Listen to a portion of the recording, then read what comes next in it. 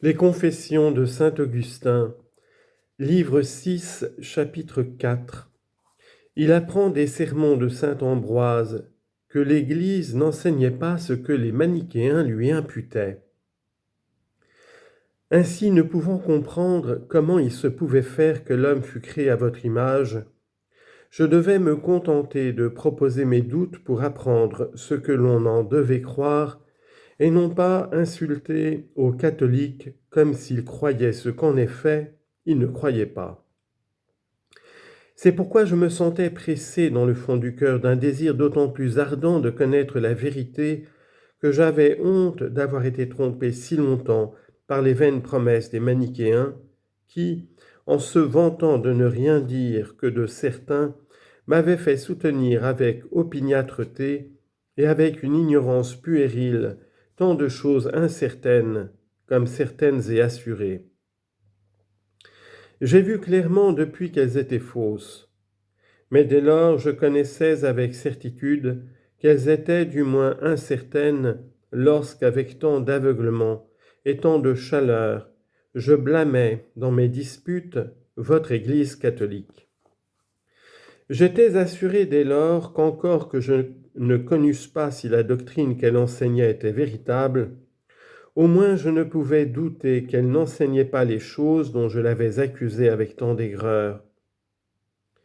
Aussi je me trouvais confus, je changeais de sentiment et me réjouissais, mon Dieu, de ce que votre Église unique, qui est le corps de votre Fils unique,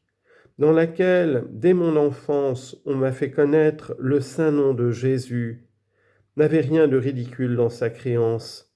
et qu'elle n'enseignait nullement dans la pureté de sa doctrine que vous, mon Dieu, Créateur de toutes choses, ayez une figure humaine, et qu'ainsi vous soyez renfermés dans l'espace d'un lieu terminé de toutes parts, quelque grand et quelque vaste que l'on se puisse imaginer. Je ressentais aussi beaucoup de joie de ce qu'en m'expliquant la loi et les prophètes, on ne me les proposait plus à lire avec ces mêmes yeux qui m'y faisaient auparavant remarquer tant d'absurdités, et accuser vos saints comme s'ils les eussent entendus tout littéralement, bien qu'en effet ils en fussent très éloignés.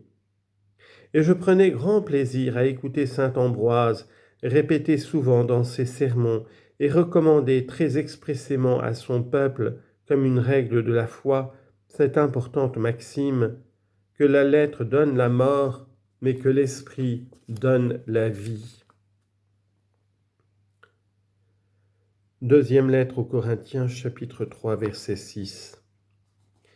Et lorsqu'en tirant les voiles mystiques, il découvrait les sens cachés des passages qui, à les interpréter selon la lettre, semblaient enseigner une mauvaise doctrine, il ne disait rien qui me choquât, quoique j'ignorasse encore si ce qu'il disait était véritable. Mais la crainte de tomber dans le précipice tenait mon esprit en suspens, sans qu'il voulût pencher de côté ni d'autre, et cette suspension m'y faisait tomber d'une autre manière encore plus dangereuse. Car je voulais être aussi assuré des choses que je ne voyais pas, comme je le suis que 3 et 7 font 10, n'étant pas capable de mettre en doute si je ne me trompais pas en faisant cette supputation, mais désirant seulement de comprendre toutes les autres choses avec la même certitude, soit qu'elles fussent corporelles et éloignées de mes sens, soit qu'elles fussent spirituelles, bien qu'alors je ne m'en figurasse aucune que comme étant corporelle. Or cela ne pouvait arriver qu'après que la foi aurait guéri mon âme et dégagé mon esprit des nuages qui l'obscurcissaient, afin qu'il pût en quelque sorte arrêter sa vue sur votre éternelle et immuable vérité. Mais comme il arrive souvent que celui qui a passé par les mains d'un mauvais médecin appréhende de se confier à un bon,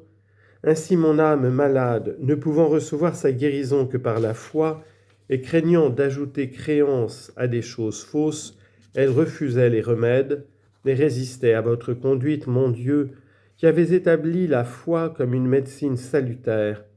dont la vertu merveilleuse est capable de guérir les maladies spirituelles, de tout l'univers.